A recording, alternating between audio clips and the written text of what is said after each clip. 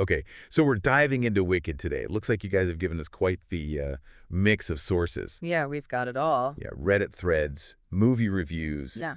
even a marketing blog post in there. Wow. The hype is real. It really is.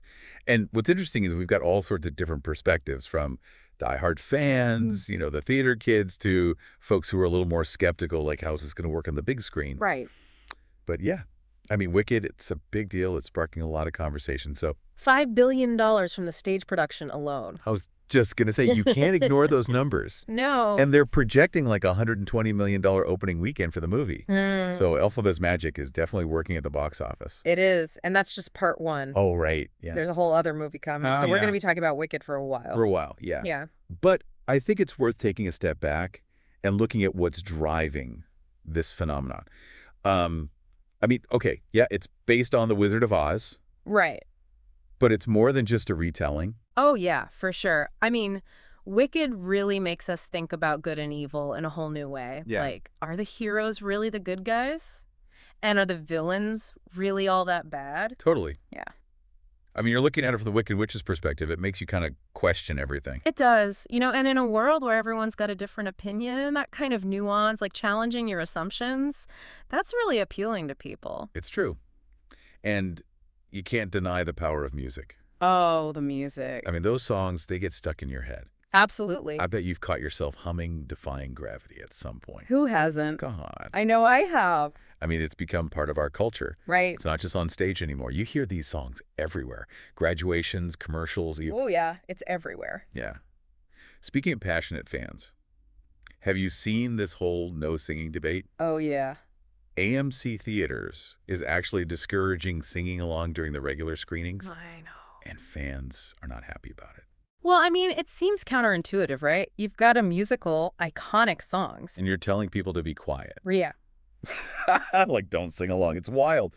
But I think it's worth looking at it from AMC's side, too. Yeah. They're trying to please everybody. And for some people, a bunch of off-key singing is not what they're looking for in a movie theater. That's true. Not everyone's a theater kid. Some people just want to watch the movie. Yeah. But then, on the other hand, you've got the diehards, Of course. the ones who live for these songs. For them, singing along, it's part of the experience. It's like a communal joy. It's like being at a concert. Yeah. Exactly. So AMC's trying to find a compromise. They're offering sing-along screenings on Christmas Day. Ah, okay. So there's a solution. So everybody wins. Yeah. Dedicated fans can belt it out. Everyone else can, enjoy a quiet movie. That's smart. Smart marketing. Yeah. Huh. I'm actually really curious to see how those sing-along screenings go. I mean, will people go all out? Like costumes, props? I hope so.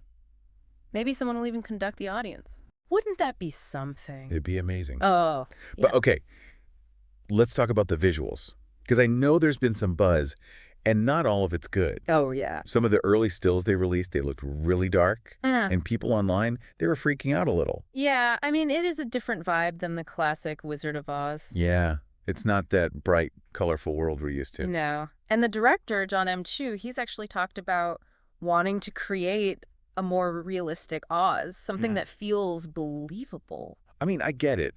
On stage, you can get away with a certain level of, like, theatricality. Yeah. But on film, that might not work. It might look a little cheesy, too over the top. Film lets you do a different kind of immersion. And with CGI, I mean, the possibilities are endless. Like, imagine Elphaba flying. Yeah. On stage, they kind of have to fake it, but in the movie, she can really soar. That's going to be epic. I can't wait to see that. Me too. Okay, but speaking of visuals, we got to talk about the sets. Because I've been reading about them, and they sound incredible. Oh, they're amazing. Apparently, they built this massive rotating library. With real books. Yeah, and like a 106-foot-long Emerald City train. They spared no expense. And an Oz Dust ballroom that's supposed to be breathtaking. It sounds like they're really pulling out all the stops. Yeah, and I think it's a smart move. Because you have those darker visuals that people are worried about. Right. But then you balance that with this incredible scale and detail, so you still get that sense of wonder and magic. That's a good point. And then there are all the little Easter eggs for the fans. Oh, yeah. Like Idina Menzel and Kristen Chenoweth. The original Elphaba and Glinda. They have a cameo. I know. They play stars in an Oz show. It's called Wizomania. That's so meta. It is. I love it. And there are other little nods, too, like you see Dorothy and her friends in the background. Really? Yeah. And rainbow tulips in Munching Land. Even hints about how Bach becomes the Tin Man. Wow. It's like they're connecting everything together. Exactly. It's a whole new way to experience Oz. So before we move on, what's really standing out to you so far? What are you most intrigued by?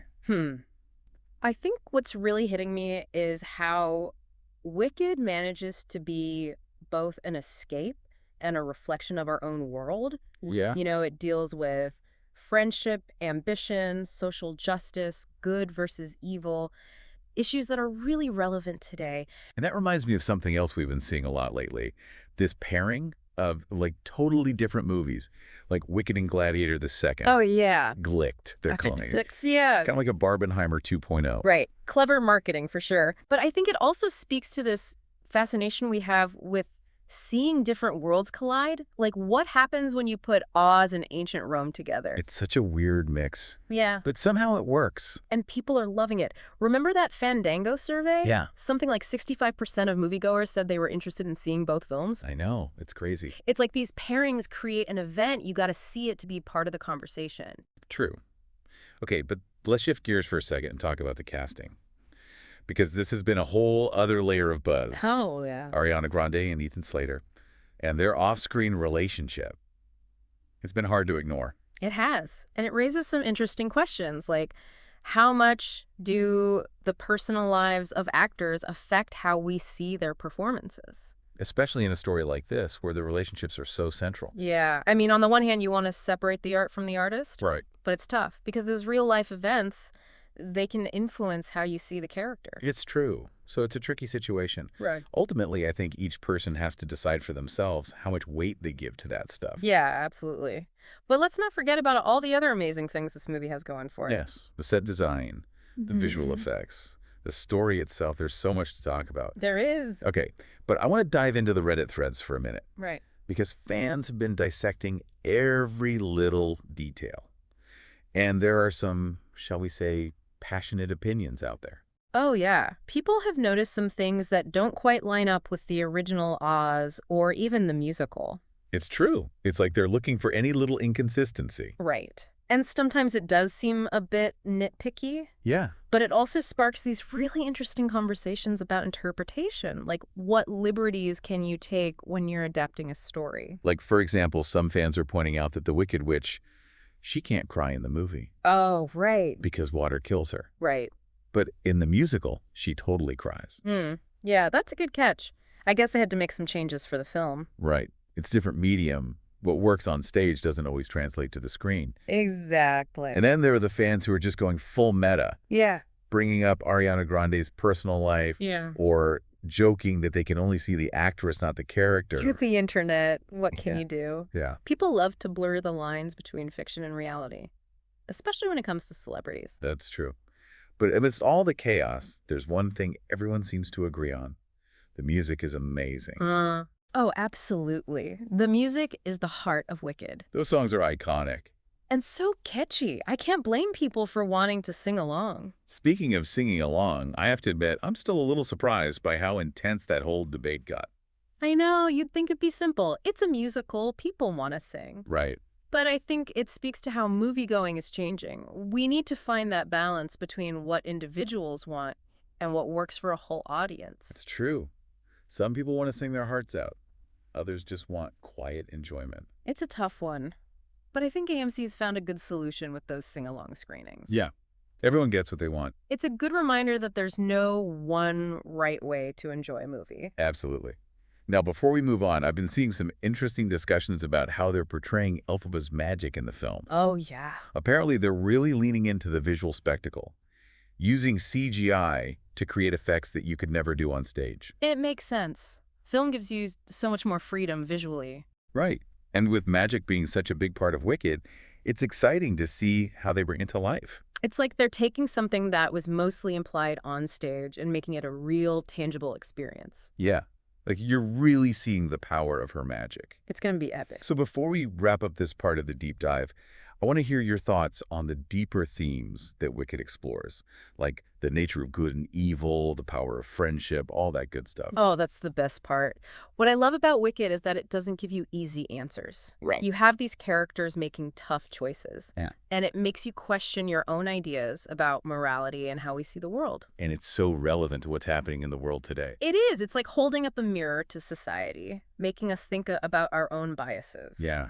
I think that's why it resonates with so many people. Definitely. Okay, but before we jump into the next batch of sources, I want to talk about something that's been on my mind. We've talked about the visuals, the music, the drama, but at its heart, Wicked is a story about two women. Elphaba and Glinda. Yes. And their relationship is what drives the whole story. It's such a complex relationship. It's not just friendship. It's not just rivalry. It's both. They push each other, they challenge each other, and through that, they both grow and change. It's a reminder that real relationships are never simple. Nope.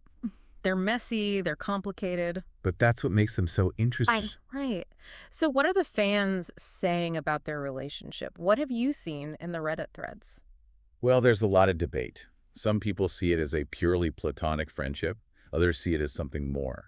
And there's even discussion about whether their relationship is healthy or not. It's fascinating how people bring their own experiences and interpretations to these characters. It really shows the power of storytelling and how a good story can make you think critically about your own life. Absolutely.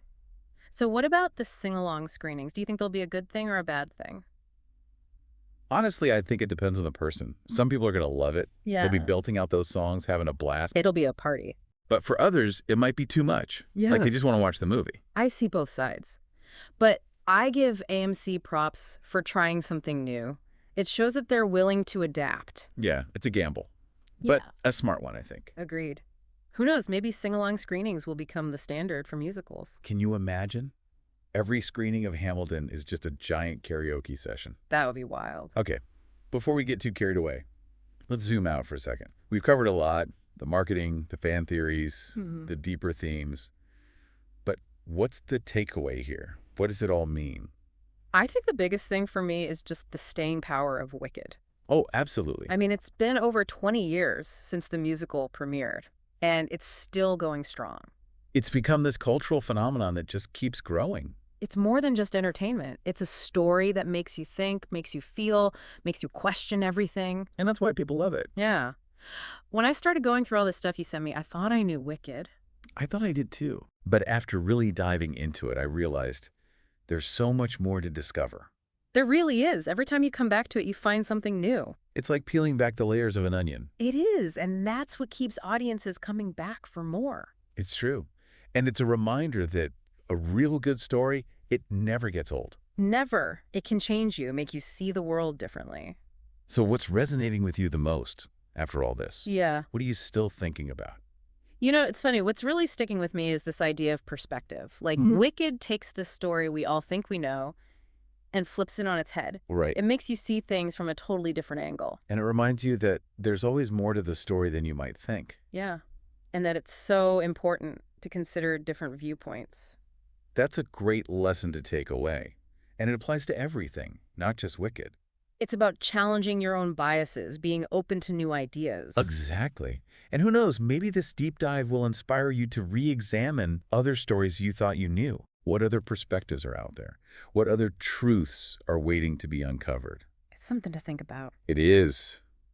Well, thanks for joining us on this journey through Wicked. I hope it's made you curious, made you question some things, and maybe even inspired you to see the world a little differently. And remember, sometimes the most wicked things can be the most wonderful. Until next time. What's really striking me is how Wicked manages to be both a fantastical escape and a reflection of our own world. Yeah. Like it tackles some pretty big themes. Yeah. Friendship, ambition, social justice, the whole good versus evil thing. It's true. Issues that are really relevant today. Yeah. And that reminds me of something else we've been seeing a lot lately. What's that? This pairing of seemingly unrelated movies. Oh, yeah. Like Wicked and Gladiator 2. Mhm. Some are calling it Glicked. Glicked, yeah. It's like Barbenheimer all over again. It is. It's a clever marketing tactic for Right. sure. Yeah. But I think it also taps into something deeper. Like what? This fascination we have with unlikely combinations. Like what happens when different worlds collide? Exactly. Oz meets ancient Rome. I mean, it's almost a challenge to audiences. Right. Like, can you handle this double dose of entertainment? Exactly. And that challenge seems to be working. Yeah. Remember that Fandango survey we talked about? Mm-hmm. Almost 65% of moviegoers said they'd be interested in seeing both films. Wow. It's like these unconventional pairings.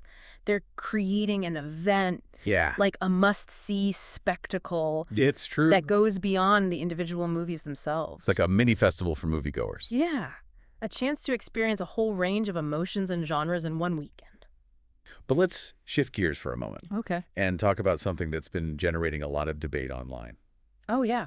What's that? The casting of Ariana Grande and Ethan Slater Oh, right. Right. and their off-screen relationship. Mm, It's been hard to ignore.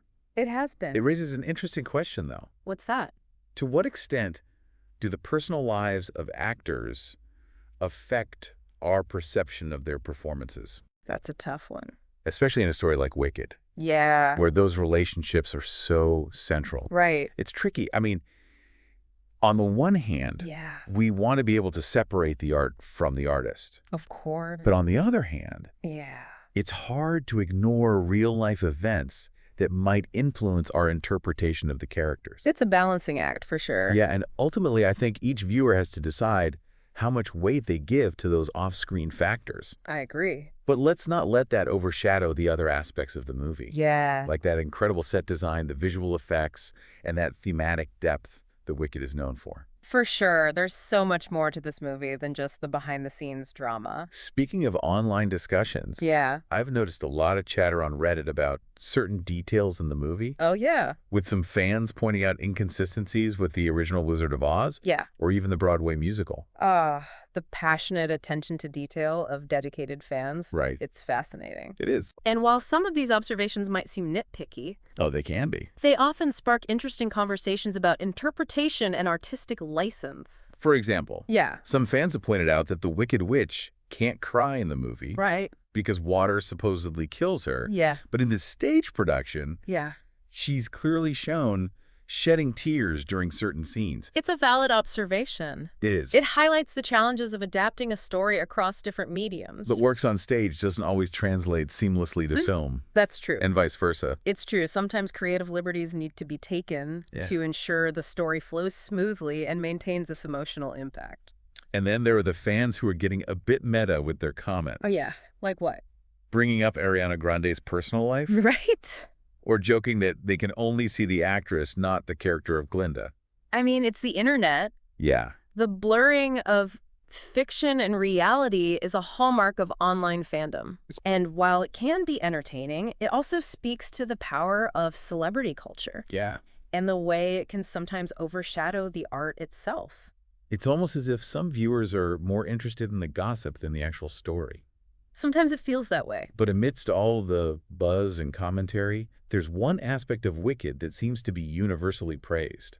What's that? The music. Ah, of course. The music is undeniably one of the biggest draws for Wicked fans. Absolutely. Those songs are instantly recognizable, So catchy. emotionally powerful. It's no wonder people want to sing along. Speaking of singing along, Yeah. I have to admit I was surprised by the intensity of the debate surrounding AMC's decision to discourage it during regular screenings. It seemed like a bit of an oxymoron, doesn't it? A musical where you're not supposed to sing. Exactly. But I think it speaks to the changing nature of movie-going culture. Yeah. The need to find a balance between individual preferences and shared experiences. It's a tough one. It- On the one hand, you have those who argue that singing along is part of the fun, Yeah, a way to connect with fellow fans and express their love for the music. I get that.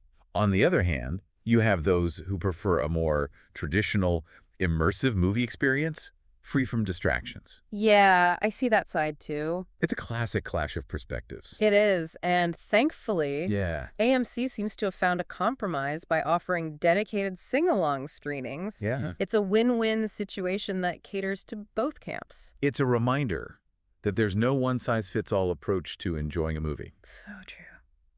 And speaking of different perspectives, Yeah. I've noticed some interesting conversations online about the portrayal of Elphaba's magic in the movie. Oh, really? From what I've gathered, the film leans into the visual spectacle of Elphaba's powers. Using CGI Yeah. to create effects that would be impossible to replicate on stage. Makes sense. Film allows for a different kind of visual storytelling. Totally. And in a story like Wicked, Yeah. where magic plays such a pivotal role, it's exciting to see how those elements are brought to life on the big screen. It's going to be spectacular.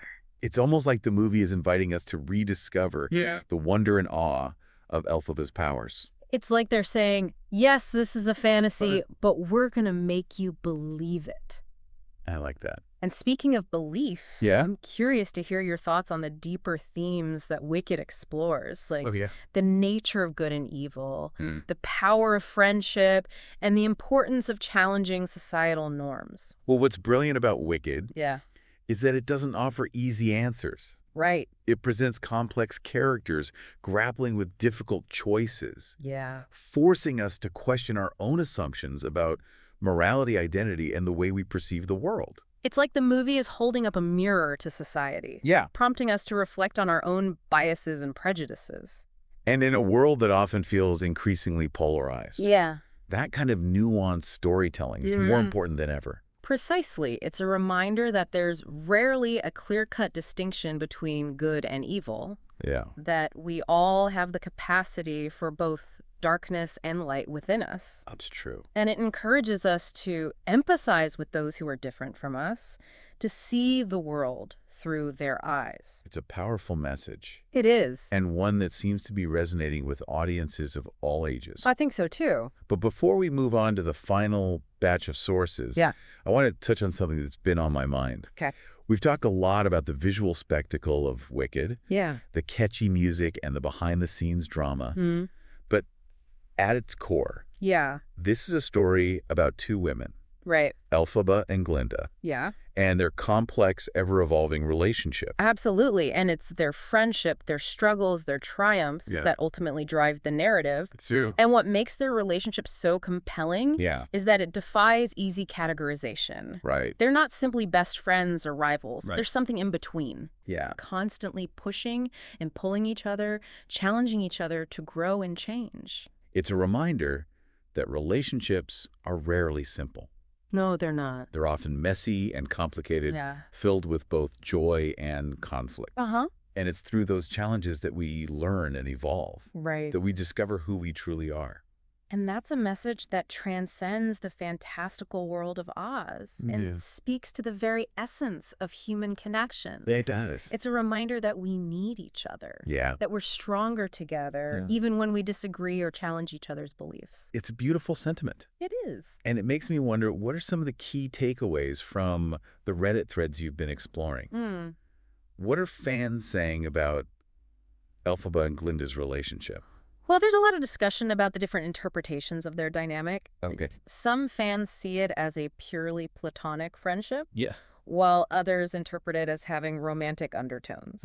And there's also debate about whether their relationship is ultimately healthy or toxic. Wow. So many different perspectives. It's interesting to see how fans are grappling with these complexities, how they're bringing their own experiences and perspectives to bear on the characters and their relationship. It's a testament to the power of storytelling. Yeah. How it can spark such passionate discussions and make us think critically about the relationships in our own lives. Absolutely. It's like the movie is inviting us to have these conversations, Yeah. to engage with the material in a meaningful way.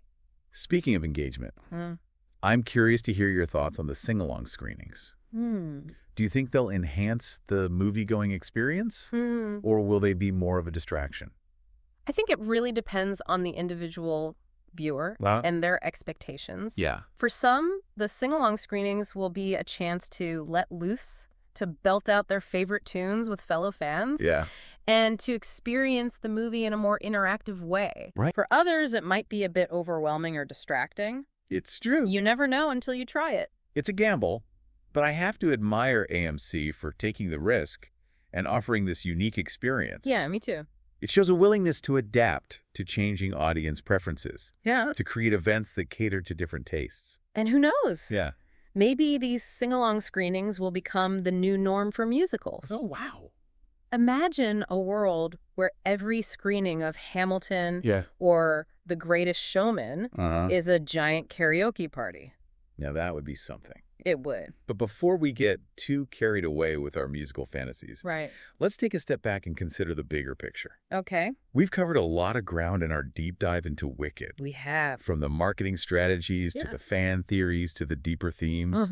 But ultimately, what's the so what of all this? Yeah. What does it all mean? What are we taking away from this? It's wild to think that Wicked has been around for so long. Yeah, over 20 years. And it's still going strong. Yeah, it's a classic. More than just a musical. Oh, for sure. It's become a cultural touchstone. Absolutely. It makes you think about identity, friendship, good and evil, all these big ideas. And that's why it resonates with so many people. When I first started reading through all the stuff you sent, I thought, oh, I know Wicked. Yeah. Everyone knows Wicked. Right. But Yeah. the more I dug into it, the more I realized how much I didn't know.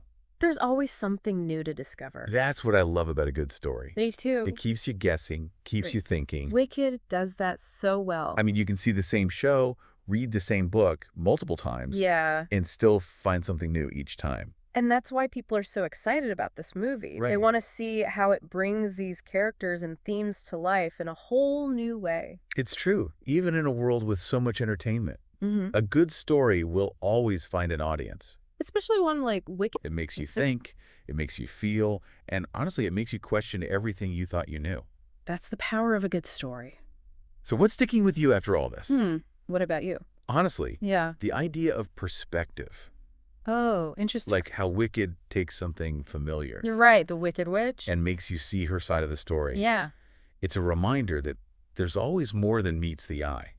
Absolutely. You can't just take things at face value. You have to consider different points of view. That's such an important lesson. It is. And it applies to so many things. Everything, really. From personal relationships Yeah.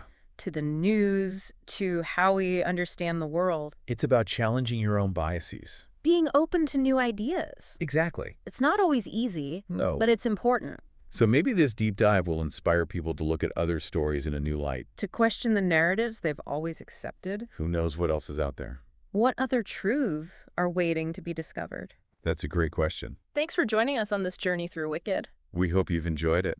And that it's given you some things to think about. Maybe even inspired you to see the world a little differently. And remember, sometimes the most wicked things can be the most wonderful. Until next time.